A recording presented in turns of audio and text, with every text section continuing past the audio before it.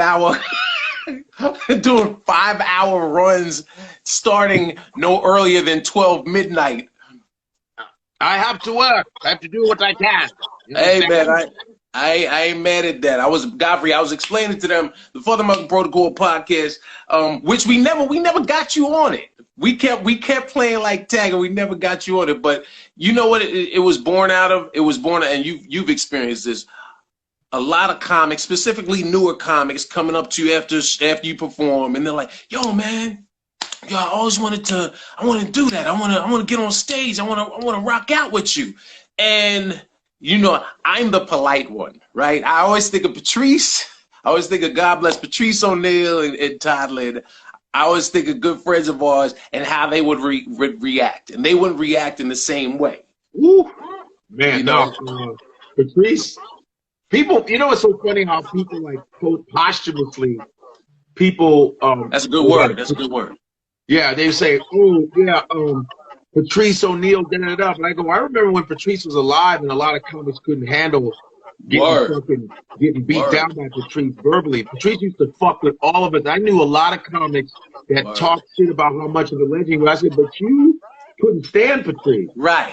When he was here. You fucking walked off and cried like a little bitch when Patrice was ragging on everybody. Right. When it was, remember it was you, me, Boss, Jim Norton, Colin Quinn, Billy Burr, Greg Giraldo, Keith Robinson. It was all of the guys, and Ian Edwards. It was all of us that could hang Todd, Mark, yeah. And when Patrice fucked with you, you know you was in. You was like, oh. Right. Well, you felt, well, to me, the best thing, what I always love, I'm getting goosebumps right now, but to me, one of the best feelings was when you I'm specifically using myself as an example. When I started making I started doing like colleges. I was getting that NACA paper, right?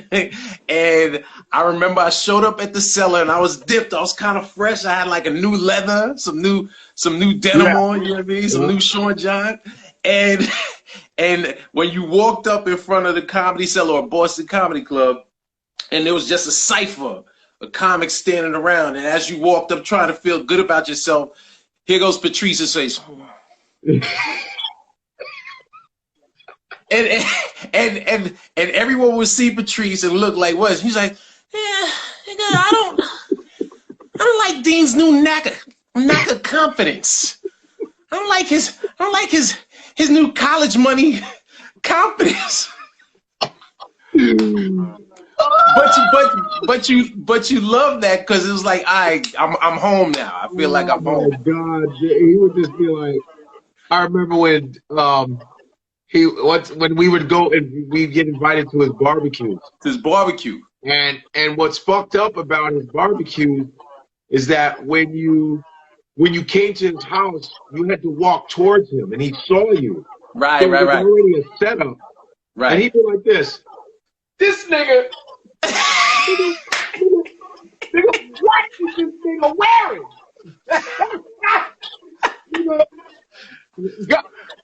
And African. Hey, African, hurry up and get the food, African. Simple. Patrice would kill you on your approach to his house. He's like dogging you. Right, before you even got there, right. And then when I remember going to his barbecue, and I had to go to the restroom to go, you had to go through his house. Yeah, you had to go in the house. And his mom is up there, and his mom is dogging you. You're like, right? His mom, hey, Ebony, his mom is like going, and who the hell are you? I'm like, right. I'm like, that's female Patrice. Right. You like, oh, that's where you got. What up, Rick? That's where you got it. Yeah. You know, it's funny. I only made it to one of the barbecues. He used to invite me. About 2 or 3 of them. Yeah, he used to invite me all the time, Godfrey, and because he did 4 like big events. He did 4th of July, Memorial Day, Thanksgiving, Christmas, and every year, I was like, especially once my pops passed, I was like, well, I gotta go to my mom's house. So every year he would call, Dean, what, nigga, you coming this year? I was like, Patrice, man, 4th of July. That's my mother's day. I gotta go up to my mom. So actually, I think it was 2012, which was when he passed. July 4th. He was doing it. He called me on July 3rd, I think, which was no, he called me on July 2nd, and he was doing it on the 3rd. And I said, man, I'm going to my mom's. He's like, bring your moms. And I was like, why does this dude want me to go so badly? And I was like, Patrice, I gotta go up to my mom's, man. So we went up to my mom's, and it poured on that day. So he canceled. He pushed it back a day. Right. So that night, the 4th of July or the 3rd of July, that night, he was like, nigga, you coming? Because you can't. I was like, all right, man, I'll be there. Yo, when I got there, I was like, yo, this is amazing. And I remember like saying to him, I was like, yo, for everybody that doesn't know, we're talking about Patrice O'Neal's epic barbecues. And what was amazing, not just how many different comics from all the circuits sort of converged on his crib, but the food was incredible. He had, if you were vegan, you could eat. If you like meat, if you could eat. If you like pork, he had every, if you like baked mac and cheese, he had like this amazing spread. And I remember saying to him, I apologize. I was like, I'm sorry for taking this long to get here, son. It was like dirty, you didn't feel like doing.